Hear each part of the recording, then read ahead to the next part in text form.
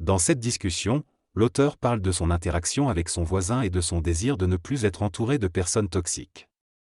Elle souligne l'importance de reprendre son pouvoir et de ne pas laisser les autres lui voler son énergie.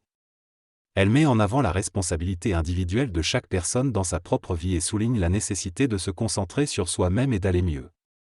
Elle évoque également l'idée que les autres agissent comme des miroirs de nos propres blessures. Et que prendre conscience de cela peut aider à reconstruire et à se reconstruire. Elle souligne aussi que chacun est digne et mérite le bonheur et que croire le contraire est une croyance limitante. Finalement, elle partage son expérience personnelle de sabotage et explique comment elle a réussi à s'en sortir en prenant conscience de sa responsabilité et en se reconstruisant. L'auteur raconte une expérience où elle était constamment bloquée par des problèmes physiques lorsqu'elle se réjouissait de quelque chose.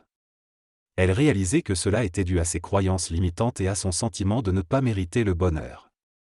Maintenant, elle a pris conscience de son pouvoir et de sa responsabilité dans la création de sa réalité. Elle partage également un exemple de conflit avec une personne, soulignant que nos croyances influencent nos expériences.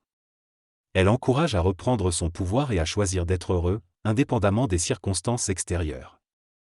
Elle souligne que cela demande de l'engagement envers soi et du choix conscient de transformer les choses. Elle se réjouit d'accompagner les autres dans leur propre cheminement vers la réalisation de leur potentiel et souligne que cela contribue à son rêve de paix et d'amour. Elle termine en rappelant un tirage qu'elle fera dimanche matin sur les réseaux sociaux. Le tirage est intense et plein de messages puissants, avec des guérisons et des prises de conscience. Il y a beaucoup d'amour et l'occasion de poser des questions. 1. Prochain atelier miroir est prévu pour le 25 février, avec une suite prévue pour aborder l'effet miroir et les croyances plus en profondeur à partir d'avril. Il est également prévu un accompagnement en ligne sur 3 mois pour explorer l'effet miroir et d'autres sujets tels que la culpabilité et le jugement. L'autonomie et la communication seront également abordés. Des suggestions de sujets et des questions sont les bienvenues. L'objectif est de partager et d'aider les autres. La vidéo sera partagée ailleurs et mise sur YouTube.